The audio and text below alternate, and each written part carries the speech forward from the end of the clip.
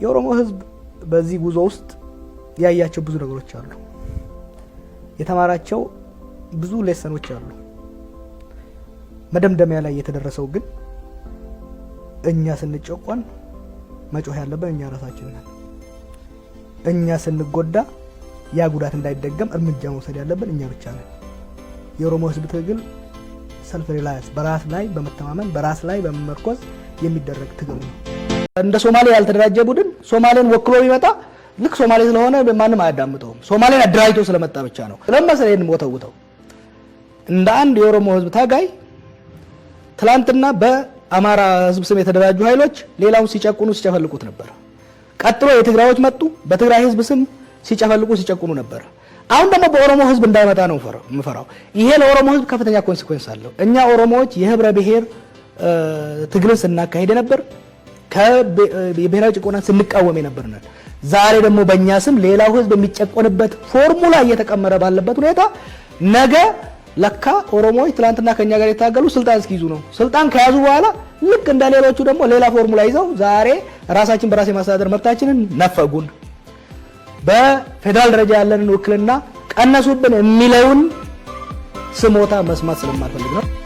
በናይል ጉዳይ ላይ ስጽፍ ዛሬ ከብልጽግና ጋር የሚያሽቃብጡት ዳያስፖራ ሰዎች ይሄ የወያኔ ተላላኪ ኖ ወያኔን እንጥላለን፣ ወያኔን እንታገላለን፣ ብሔራዊ ጥቅማችንን ግን እናስጠብቃለን፣ የውስጥ ትግል ይቀጥላል፣ የውጭ ጥቅማችን የሚጻረር ኃይል ጋር ግን መሰለፍ የለብንም ብዬ በመከራከርበት ወቅት ሲያብጠለጥሉኝ የነበሩ መለስ ዜናዊ ነው በስኮላርሺፕ ልቆት ያስተማረው ሲሉ የነበሩ ሰዎች ዛሬ ደግሞ ተገልብጠው እነሱ የብሔራዊ ጥቅም አስጠባቂ እኔ የብሔራዊ ጥቅም ሻጭ አያረጉትም ነበር እኮ ነው የምልሽ። የኔ ስም ተሾመ ቢሆን ኖሮ አደፍርስ ቢሆን ኖሮ they wouldn't do it። የኦሮሞ ህዝብ ጥያቄ ሶስት ዋሳኝ ጉዳዮች አሉ። በማንነቱ መከበር ይፈልጋል። ማንነቱ ስንል ቋንቋው እንዲከበርለት እንዲያድግ ይፈልጋል። ታሪኩ እንዲነገርለት እንዲያድግ በሀገር ታሪክ ውስጥ እንዲካተትለት ይፈልጋል። ባህሉ እንዲያድግ እንዲጎለበት ይፈልጋል። ይሄ ማንነት ጥያቄ ነው። ሁለተኛ በቄው ላይ ብዝበዛ ዘረፋ እንዲቆም ይፈልጋል። በቄው ንብረት ላይ ባለቤትነቱን ማረጋገጥ ይፈልጋል። ከድህነት ራሱን ማላቀቅ ይፈልጋል። ሶስተኛው በሚሾሙለት ከላይ በሚላኩለት ሳይሆን ራሱ በመረጣቸው ይሆኑኛል፣ ሊበጁኛል፣ ሊያስተዳድሩኝ ይችላሉ፣ ተአማኒ ናቸው፣ ዕውቀት አላቸው ብሎ የሚያስባቸውን መርጦ በዛ መተዳደር ይፈልጋል። እነዛ የተመረጡ በሚያስተዳድሩት ህግና ህግጋት መተዳደር ይፈልጋል። ይሄ የኦሮሞ ህዝብ የሚፈልገው ነው። ይሄ የትግራይ ህዝብ የሚፈልገው ነው ብዬ ነው የማስበው። ይሄ የአማራ ህዝብ የሚፈልገው ነው ብዬ ነው የማስበው። ይሄ ነው የኦሮሞ ህዝብ የሚፈልገው። ኢንጀስቲስ ኮመን በሆነበት ስርዓት ውስጥ ሪቤሊየን ቢካምስ ዱቲ። አፈና፣ ጭቆና፣ ግድያ መንገዱ ባደረገ መንግስት ላይ ማመጽ ሞራላዊ በምድርም በሰማይም ተቀባይነት አለው። በማመጻችን ደግሞ ይችን ሀገር ጠቀምናት። ገለታ ቢስ ወይም ደግሞ ምስጋና ቢስ እየሆነ ነው ሰው እዚህ ሀገር።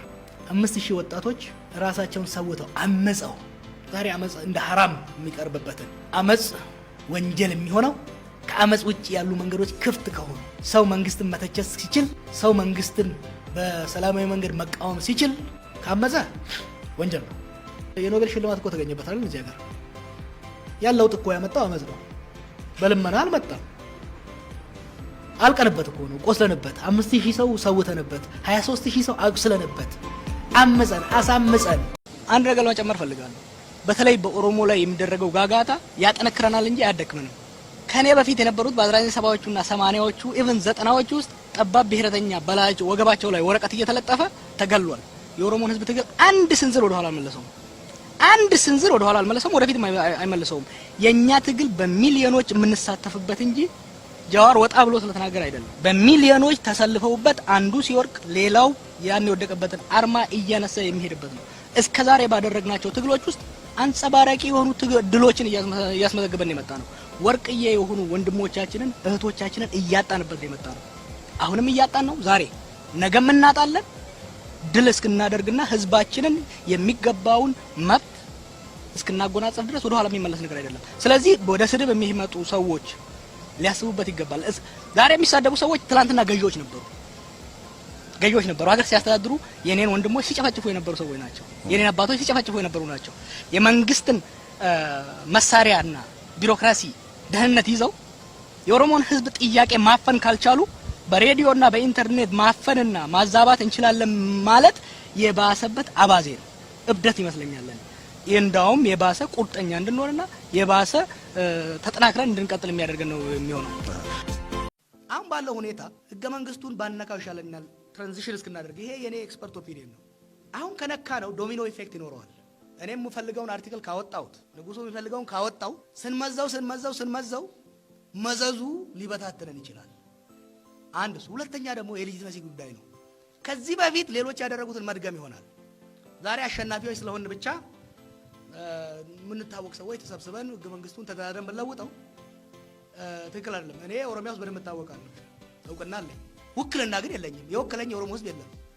እናትና አባቴንም እንኳን አልወክልም። የእኛን ሰፈር አልወክልም። because they never voted for me። ኮሎኔል ደመቀ በወልቃይት ጠገዴ ጉዳይ በጣም ይታወቃል። ግን ያለው ውክልና ጥያቄውን እንዲያደርስ እንጂ ከዛ ያለፈ ፕሮሲጀራል የሆነ ውክልና የለውም። መጀመሪያ ወደ ምርጫ እንሂድ። ህዝባችን፣ የወረዳችን፣ የክልላችን፣ የቀበሌያችን ህዝብ ተወዳድረን ፖሊሲያችንን አቅርበንለት እናሸንፍና ከወከለን በኋላ አዲስ አበባ እንሰብሰብና ተደራድረን ተከራግረን ተፋይተን ለሁላችንም የሚሆን ስርዓት ህግና ህግጋት ማውጣት እንችላለን። የዲሞክራሲ ፍራቻ አምባገነናዊ ሰላም መቀጠል እንደማይችሉ ተረድተዋል። ወደ ዲሞክራሲ ከሄዱ ደግሞ ስልጣን እናጣለን ወይ የሚል ፍራቻ ውስጥ ገብተዋል። በዚህ መሀንከል ተንጠልጥለው ስላለ ነው እንጂ ህዝቡ የመንግስት መዳከም የግድ በአምባገነናዊ መንግስት መተካት አለበት የሚለው አደገኛ አመለካከት ነው። ያ ብቻ አይደለም፣ ሊሰራ አይችልም። ይችን ብቻ ልበል ግርማ and I think everybody should pay attention። መንግስት ኃይለ ሥላሴ ወርዶ መንግስቱ ሲመጣ አምባገነናዊ ስርዓት ለመገንባት የሚያስችል መሰረት ነበረው። አንድ አምቢሽስ የሆነ ወይም ደግሞ አንድ አምባገነን መሆን የሚፈልግ ግለሰብም ሆነ አመራር አምባገነን ሊሆን የሚችለው ለአምባገነን ፋውንዴሽን የሚሆኑ መሰረታዊ ነገሮች ሲኖሩት ነው። ኢኮኖሚያዊ፣ ወታደራዊ፣ ማህበራዊ። ዛሬ አምባገነንን ሊደግፍ የሚችል ወታደራዊ ኃይል የለም እዚህ ሀገር። አምባገነናዊ ስርዓትን ሊደግፍ የሚችል ሚድል ክላስ እና የኢኮኖሚክ ግሮዝ የለም። አምባገነናዊ ስርዓትን ሊደግፍ የሚችል ማህበረሰብ ቤዝም የለም። በዚህ ረገድ ውስጥ እንደዛ አይነት አምቢሽን ከመጣ ሀገር ከመፈረካከስ የሚያድን አይመስለኝም እና አይ ቲንክ ከዛ አይነት አመለካከቱ ወጥቶ የሚያዋጣ ወደ ዲሞክራሲ መሄዱ ነው ወደሚለው መስማማቱ የተሻለ ይመስለኛል። የሮሎ ወረ ከሚሴ ወረ ባቴ ሰኒ መሐመድ አሊ አልቶተ ወርቂቱ በገኝ በኖ ወልድ ባኔ ኬሮ ኢሲን ፈኪ ዲዳ ኤኙማ ኡመተ ኬኛት ኢሲን ኡመኒ ኬኛ ሮሮ ወጋ ዲባ ሸንተማ irratti godhamaa ture hagam takka ciniinnatee eenyummaasaa osoo hin gatin bakka kanaan gahuu isaatiif fakkeenya guddaa warra taatan ijoollee walloo qawwee qabdanii miisin akki gootani sirritti walawwalaati mana kaayadha waan boruun beekani ክልል ውስጥ በጣም ጸረ ፌደራላዊ የሆነ የአማራን ህዝብ ከሌላው ህዝብ ጋር የሚያጋጭ አደገኛ የፖለቲካ አዝማሚያ እየመጣ ነበር። የአማራ ብሔረተኝነት አዲስ ነው። ይሄንን ብሔረተኝነት ከርክ በላይ ለጥጦ ጦረኛ ብሔረተኝነት፣ የሰርቢያን ብሔረተኝነት የሚመስል ባህሪ እየመጣ ይዞ ነው የመጣው። ለምሳሌ በግልጽ ግጭቶች ሲካሄዱ ነበር። መተከል የአማራ አካል ነው፣ በጉልበት መመለስ አለብን የሚል ከፍተኛ የሶሻል ሚዲያ ዘመቻ ይካሄዳል። አይደለም ብሎ የሚናገር የአማራ ልሂቅ የአማራ አመራር አታይም። ቀጥሎ 250 ሰው ተገሎ በክልሉ ልዩ ኃይል ጉርጋ ሲከፈርበት ታያለሽ። ቅማንት ጥያቄ ያለ የቆየ ያጋጫ ይሄንን በድርድርና በውይይት ከመምታት ይልቅ ይሄ ወያኔዎች ውስጣችን ያደራጇቸው ነው በሚል ከፍተኛ ጦርነት ተካሂዶ የህዝብ ትልልቅ ሲሆን ታያለሽ። የወሎ ኦሮሞዎች የራሳቸው አስተዳደር አላቸው። እነዚህ ኦነግ ናቸው፣ ዝም ብሎ ኦነግ ነው በማለት ከፍተኛ ዘመቻ የፕሮፓጋንዳ ዘመቻ ይካሄዳል። ቀጥሎ ልዩ ኃይሉ ወደዚህ ገብቶ እርምጃ የሚወስድበት የህዝብ እልቂት የሚወሰድበት ሁኔታ ነበር። ይኸውልህ እዚህ ሀገር አንዳንዴ አብዛኞቹ እዚህ ከዲሲ ምናምን የሚመጡ ልጆች ናቸው የሚያደርጉት የማያስቡትን ስለሰራው እዛ ሲያሾፉ ሲቀልዱ ስለሰራው አይምሮአቸው ላይ የሆነ ነገር ፈጥሯል። 20 ምናምን ዓመት ዲሲ ስታርባክስ ቁጭ ብለው ወይ ዩሮፕ ቁጭ ብለው 20 ምናምን ዓመት መለስን በማማት በመሳደብ የታገሉ መስሏቸዋል። እኛ ከነሱ ጋር ሄደን ስትራቴጂ ነድፈን ለውጥ ስላመጣን የሆነ ሱፐር ናቹራል የሆንኩ ነገር የሚል አይምሮአቸው ውስጥ ራሳቸውን እየሸወዱ ራሱ እንደሆነ አይገባቸውም። ካለኝ ኢንፍሉዌንስ የበለጠ ማን እንደሚሰጠኝ ነገር ሁሉ ነገር ላይ አንድ ነገር ሲሆን ጀዋር አደረገው የሚሉት የጎዳኝ ይመስላቸዋል። በነገራችን ላይ ያለኝን ኢንፍሉዌንስ በጣም አግዝፎታል። አንዳንዴ እንደውም እንዴ ልክፈላቸው እንዴ እስከማለት ሁሉ ያሁን ጋዜጣውን ሁሌ ስገልጸው የኔ ፎቶ አለ፣ የቸርች ጉዳይ ውስጥ አለው፣ የውሃ ጉዳይ ውስጥ አለው፣ የፀሐይ ጉዳይ ውስጥ አለው። አሁን ባለፈው እንደቀለድኩት አሁን ዝናብ ባይመጣ ራሱ እዚህ ሀገር ፈራለሁ። ምክንያቱም ዝናቡን ያስቀረው ጀዋር ነው እንዳይሉ ፈራለሁ። በመጀመሪያ ደረጃ ሰልፉ ለምን በኦሮሚያ ብቻ ተጠራ? የድጋፍ ሰልፉ በመላው ኢትዮጵያውያን ለምን አልተጠራም? ምክንያቱም የኢትዮጵያ መሪ ነው እንጂ ኦሮሚያ መሪ ብቻ አይደለም ጠቅላይ ሚኒስትሩ። ወዳጄ ሰልፉን የጠራው ኦዲፒ ነው። የኦዲፒ ሊቀመንበር አብይ አህመድ ነው የተሸለመው፣ አብይ አህመድ ነው። ስለዚህ ራሱ ሰቦቴጅ ያደረገ መመለስ መቻል አለባቸው። ሰልፉ ስለምን አስፈለገ? ጭብጨባ ተጨብጭቦላቸው ስለማያውቁ ሁሌም ተጨብጭቦባቸው ነው የሚያውቁት። ጭብጨባን እንደሚወዱት ሰልፍ ወጥቶላቸው አይቀባ ይወጣቸው። ሰልፍ ይወጣላቸው ሊለጡ ሰሞን ለምሳሌ እዚህ ከተማ ላይ ህዝቡ ግልብጥ ብሎ ሲወጣ ምንም ቅስቀሳ ሳይደረግ ህዝቡ ግልብጥ ብሎ ወጣ። በኦሮሚያ በአማራስ ባህር ዳር ላይ ምን ያልቀላል ሰው ነው እንደወጣው ያለ ማንም ቀስቃሽነት የህዝብ ከልብ ከመነጨ ገንፍሎ ነው የሚወጣው። ነገራችን ላይ ኬርፉሊ ሰው ማየት አለበት። ኦሮሚያ ላይ ብቻ አብይ ከኦሮሚያ የበለጠ አፒዝ ለማድረግ የሚሞክረው አማራው ለምን አልወጣም? ቤኒሻንጉል ላይ ሰልፍ ወጣ። በጣም ጥቂት ሰው ነው የወጣው። ትልቅ የወጣው ሶማሌ ክልል ነው። እና እኔ አብይም ቢሆን እኔ እንግዲህ ሜቢ ፖለቲካል ሳይንስ ጀንት ኪ ስለሆንኩ ነው እንጂ እነዚህ ነገሮች በደንብ ማጥናት መቻል አለበት። ዋይ ለምን?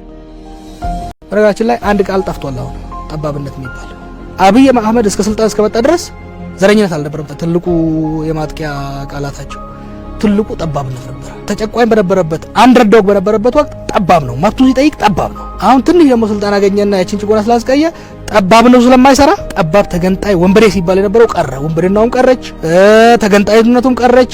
ስለዚህ ጠባብነቷ ገበያ ላይ አልሸጣለች። ስለዚህ ኦሮሞቹ ስልጣን ይዘዋል፣ ሀገር ሊቀራመቱ ነው፣ ሊያፈናቅሉን ነው፣ ዶሚኔሽን ሊያመጡ ነው። ስለዚህ ምን ሆኑ? ዘረኛ ሆኑ ማለት ነው። ፒውርሊ ኦሮሞን ዲፋይን ለማድረግ ነው። የኦሮሞን ትግል ለማጠልሸት ነው እየተጠቀሙበት ያሉት። ስለዚህ ዘረኝነት is just a new word for ጠባብነት they are using። የሚገርመው ግን የመንግስት ተቋማት ሳይቀሩ በራሳቸው ላይ ጎል ሲያስገቡ ነው። ኢቭን አንዳንዶቹ የኛ አመራሮች ራሱ ኮንሰፕቱን ካለመረዳት ቃል ዝም ብሎ አይወረወርም። ትላንትና በደርግ ጊዜ በኃይለ ሥላሴ ጊዜም አሁን በነመለስ ዘመንም ጠባብ እየተባሉ ትላንት ወደ ማዕከላዊ ስናይ ነበር። እዛ ሲሰቃዩ የነበሩት ጥፍራቸው ሲነቀል ሲኮላሹ የነበሩ ልጆች ጠባብ እየተባሉ ነው ችግር ሲደርስባቸው የነበረው። አሁን ጠባብነት አልሰራ ስትል በዘረኝነት በአዲሱ መልኩ ሊዘምቱብን እየተዘጋጁ ነው። አይሳካላቸው። ኢዜማ የድሮ ግንቦት ሰባት ነው። የድሮ ግንቦት ሰባት አምና ምን እንዳደረገ እናውቃለን። የኦነግ አመራር እዚህ በሚገባበት ወቅት ኦሮሞዎች እዚህ ገብተው ኦነግንና አመራሩን እንዳይቀበሉ ባንዲራ ይዘው እንዳይመጡ ደጋፊዎቹን በማሰማራት በከተማው ላይ ከፍተኛ ቀውስና ደም ማፋሰስ ያደረገ ድርጅት እንደሆነ መርሳት የለብንም። በነገራችን ላይ ሬቻ እዚህ መካሄድን አይወዱትም፣ አይደግፉትም። ምክንያቱም ኦሮሞ ከዚህ ከተማ ውስጥ ምንም የለውም ከሚል ደጋግመው ከሚያነሱት አንፃር ማለት ነው። ዛሬ አይደለም አይ ነው እንደም 10 years ጉረኞች ናቸው ያልሰሩትን። ትዝ ይለኛል ገና ከዩኒቨርሲቲ እንደወጣው እኔ ስለ ሰላማዊ ትግል እናገር ነበር አንድ መድረክ ላይና የነሱ ሰው ደግሞ ነበረ በ6 ወር ውስጥ አዲስ አበባን ካልተቆጣጠርን እያለ ይናገር ነበር። what did this guy smoke? እና በጣም አሮጋንት የሆነ ጉረኝነት ያለበት ስብስብ ነው። የሚገርመው ግን ቴስት ተደርገው በ6 ወር ውስጥ ወያኔን አንበርክከን ስልጣን እንይዛለን ያሉ ሰዎች ከ10 ዓመት በኋላ ቄሮ ሀገር ነፃ ወጥቶ ነው ያስገባቸው። ከመጡ በኋላ ግን መጀመሪያ ጠላት ያደረጉ የቀድሞ ከፍታ። የትኛው የቀድሞ ከፍታ? የምኒልክ ወረራና ጭፍጨፋ፣ የኃይለ ሥላሴ የፊውዳል ስርዓት ዘረፋ፣ የመንግስቱ ኃይለ ማርያም ቀይ ሽብር ፍጅት ወይስ የመለስ ዜናዊ የማዕከላዊ ቶርቸር? በጋራ ያለን እንደ ኢትዮጵያ ያለን የዚች 150 አካባቢ የጋራ ታሪክ ነው እንደ ስቴት እንደ መንግስት ከሆነ። ከዛ ካለፈ ትግራይ አክሱምን አለው፣ አገው ላሊበላን አለው፣ ኦሮሞ ገዳ አለው፣ ወላይታ ጦራን አለው። ያ በግል ከሆነ በግል ቡድኖች የራሳቸው ታሪክ አላቸው። እንደ ኢትዮጵያ እንደ አንድ ሀገር እንደ ስቴት ግን በጋራ ያለን ልንመለስበት የምንፈልገውና ብንመለስበት የሚያዋጣን የጋራ ታሪክ የለም። ወደ ምኒልክ ጭፍጨፋ መመለስ የሚፈልግ ያለ አይመስለኝም። ወደ ኃይለ ሥላሴ የፊውዳል ዘረፋ መመለስ የሚፈልግ ያለ አይመስለኝም። ወደ መንግስቱ ኃይለ ማርያም እብደትና የቀይ ሽብር ጭፍጨፋ መመለስ የሚፈልግ የለም።